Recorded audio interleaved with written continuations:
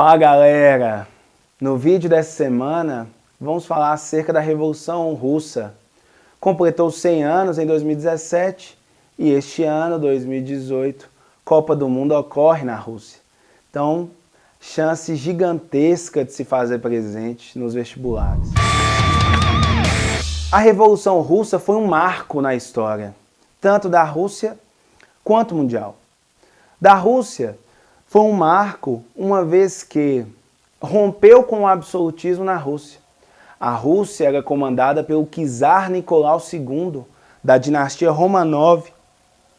A Rússia ainda vivenciava um modelo semelhante ao absolutismo ainda no século XX.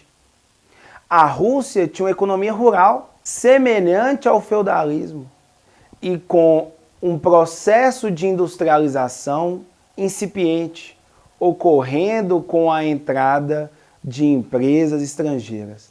A entrada dessas indústrias serão importantes para a mudança de uma mentalidade na Rússia, para o confronto com o status quo vigente. Nós teremos a entrada da ideologia socialista na Rússia, nós teremos a formação de um grupo de operários na Rússia, e esse grupo de operários é que vai justamente ser responsável por comandar uma revolução. Nós teremos a formação do partido, o Partido Operário Social Democrata da Rússia.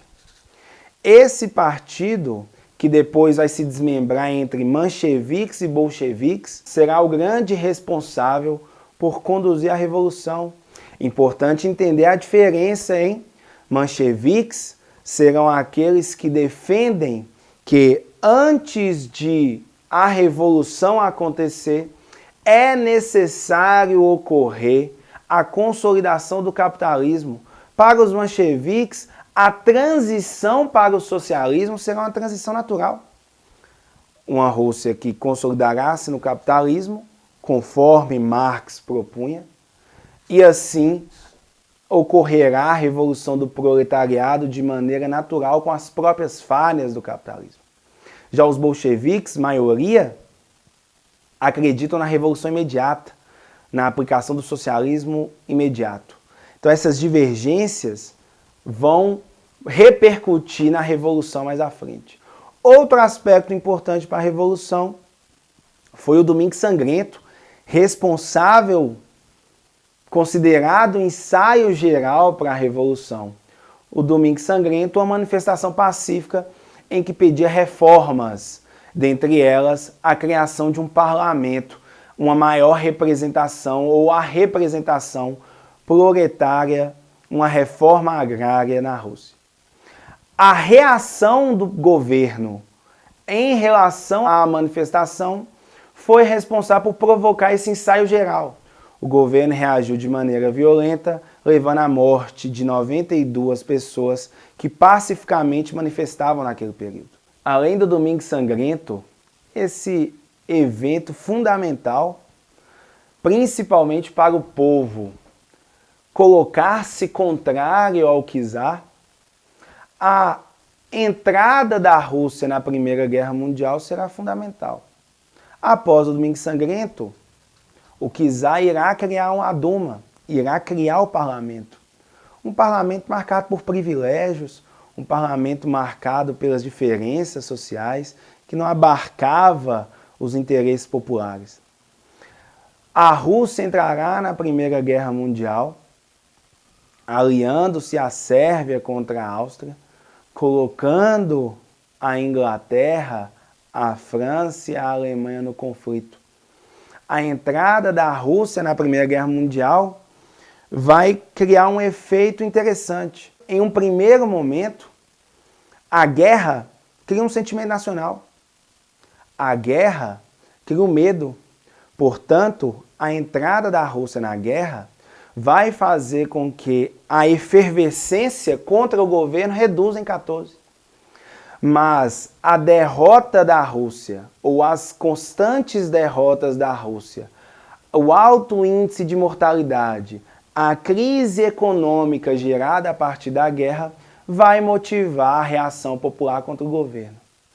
Em fevereiro de 1917, nós teremos uma Rússia onde o Nicolau II foi para o fronte de batalha, deixando a sua esposa no comando, criando uma revolta e uma insatisfação na Duma e insatisfação no povo. Diante desse cenário, um governo provisório será formado, Nicolau II será preso e a Revolução de 17 vai acontecer. A Revolução de 17 ela será conduzida em especial pelos mencheviques. Lenin não estava na Rússia. Os bolcheviques não tiveram grande influência no processo de 17. O governo provisório será formado pelos mencheviques e pela Duma. Kerensky vai assumir o Ministério da Guerra enquanto Linov comandava o governo provisório. Com a queda de Linov, Kerensky vai assumir o governo. Nós temos uma Rússia nesse período formando um governo provisório marcado pelo liberalismo, pelas práticas capitalistas, pela manutenção na guerra. Por isso, muitas vezes, a prova fala que foi um governo de caráter burguês. Paralelamente a esse governo provisório, um outro grupo se forma, os sovietes. Os sovietes são contrários às atitudes do governo provisório. Lenin, que estava fora do país, refugiado, foi influenciado pela Alemanha a retornar. Retornou e apresentou as teses de Abril, no qual discordava do governo provisório e estimulava o povo a revolucionar. Pelas teses de Abril, Lenin acreditava na paz, no pão e na terra, no fim da guerra, na distribuição de alimentos e na reforma agrária. Estimulando o povo, os bolcheviques vão derrubar o governo provisório, ocorrendo ali a Revolução de Outubro, que na verdade foi em novembro.